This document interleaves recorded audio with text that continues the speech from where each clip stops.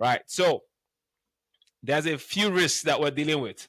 Again, United States prioritizing family support over your own personal U.S. security. This is a risk. It's a risk, right? Again, I fell into this category, and again, I'm grateful for the position that I'm in, and I've been privileged to be put in, right? But what happens is it leads to high interest consumer debt. And I swear I can speak to this very clearly. Credit cards, because again, you realize, okay, your income is not enough to meet the needs. You start your first job, might not be able to afford the take care of you, talk less of solve the problems that are back home that add up and become expensive. Yes, it looks like, okay, I send $100 and it looks like a lot of money, but then you realize it's not one thing you're sending money for, and these small bills add up to something. They add up and become huge, because it's $100 here, it's a broken fence there, it's school fees over here, it's somebody sick here. And so if you prioritize support, back home support, you're probably going to be in a situation where you're borrowing, right? Getting into debt. And again, I've done that, still navigating that, and it's dangerous, right? Because now you don't even have an emergency fund. You don't have a backup, and then your credit cards are maxed, and so you don't even have those to fall back to, right? And that's the consequence. If anything happens, you lose your job. Anything that happens, the pandemic happened, the medical bill. Some people cannot afford to have a broken vehicle, a major expense in the house. It shakes up your entire financial life, right? And then suddenly you can't help yourself, and you can't even support your people. So you need a shield. You need something to protect you, right? A lot of immigrants I know, again, money comes in middle of the month, end of the month, and it's flowing right out. And so people are literally funding their life through credit card, and not for them. It's really just sending money back home to solve problems and do things. Again, it's noble, it's not a bad thing, but we have to be wise about how we approach these things.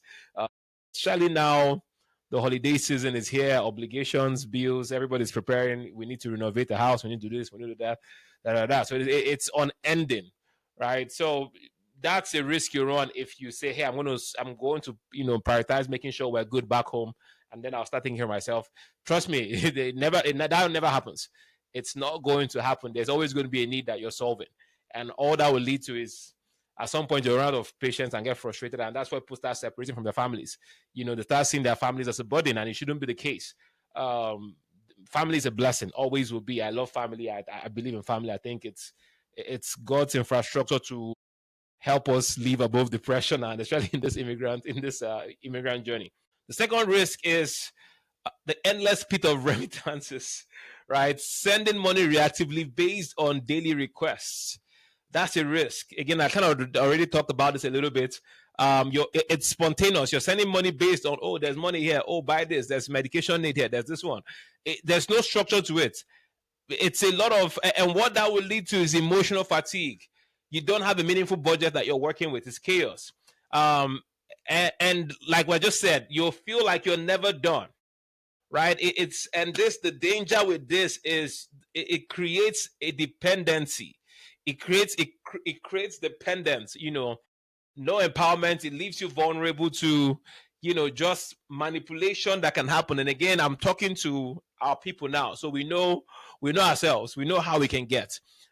There's that, I don't want to call predatory behavior, but they know, hey, we can call you and then cry about something and make you give money or get money out of you. So people begin to play on your kindness because they know, hey, if we call, chances are high we're going to get something, right? If you set up infrastructure that way, if you set yourself up that way, it's not going to stop, right? Because you're now enabling bad behavior, right? I was talking to a good friend one time, and he said, now, if you can, when all those things that they sound like they're about to die, and it's about to be, if you don't do something, all hell is going to break loose.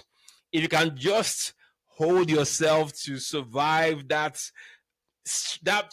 how that desire, that, oh, you have to do something, if not you're a failure, that emotional turmoil that you're going through, if you can just endure and get past it, you realize people will always find a way to. And it will deliver you from this shackle, right? We need to move from reactive support to proactive support. Like it shouldn't be based off of like, hey, this is what's happening, this is how I'm feeling. Oh, I just have a need here.